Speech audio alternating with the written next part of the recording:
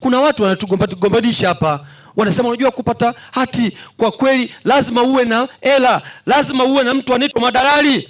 Dalali hakikisha tafuta kaburi uende ukajifiche. Tafuta kazi nyingine. Hakuna udalali kwenye ardhi.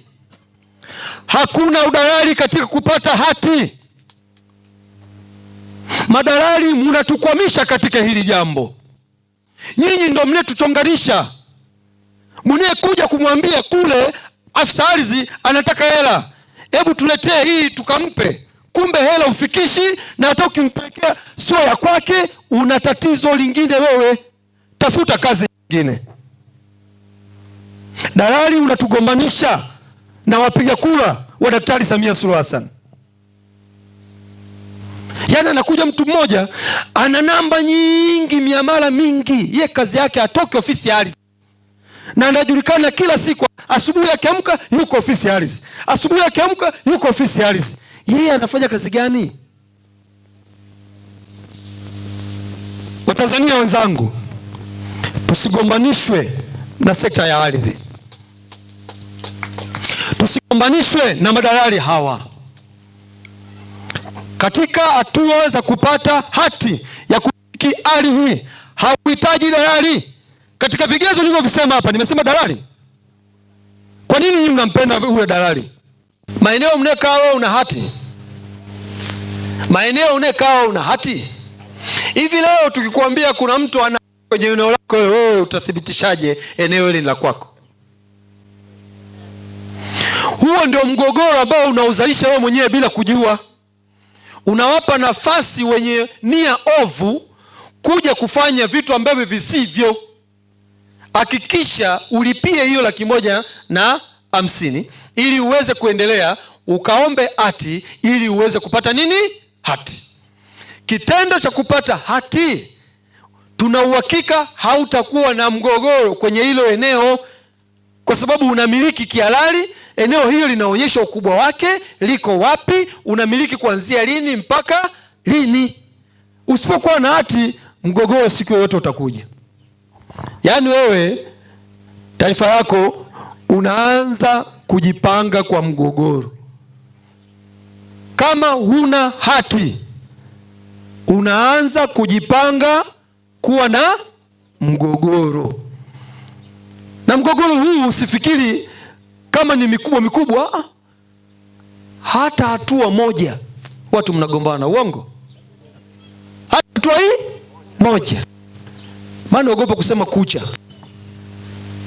Hatua moja tu watu mnashikiana mapanga, watu wamsalimiani, watu unapelekana kwenye baraza mpaka mahakamani.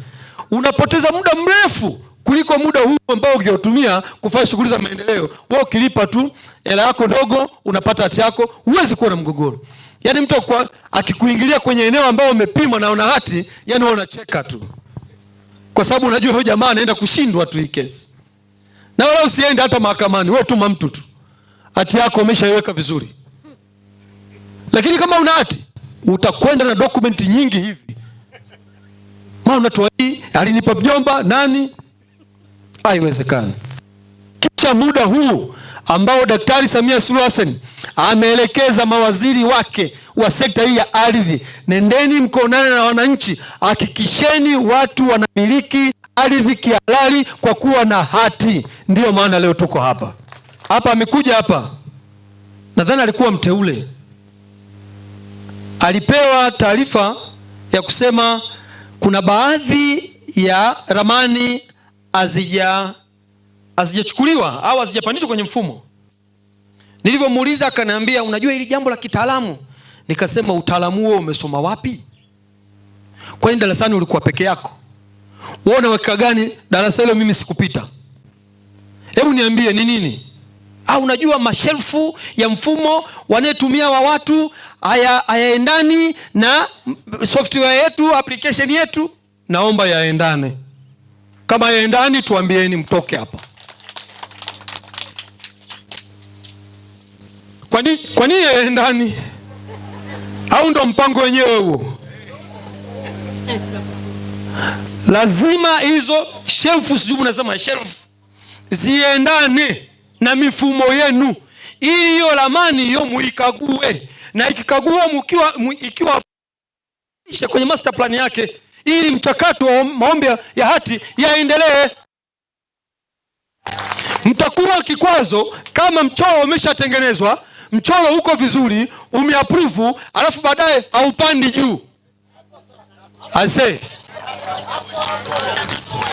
tupandishe kwa pamoja, tupandishe kwa pamoja. Mtaalamu unayehusika, niko hapa kwa siku 3, naomba nipewe taarifa juu ya kupanda na kushuka hiyo mifumo na mashelfu yenu hayo. Haiwezekani nimekusanya watu hawa wamekuja hapa, alafu wanaangalia kwenye ramani wanasema wewe eneo lako na ramani yako haijapandishwa. Anayepandisha ameenda wapi?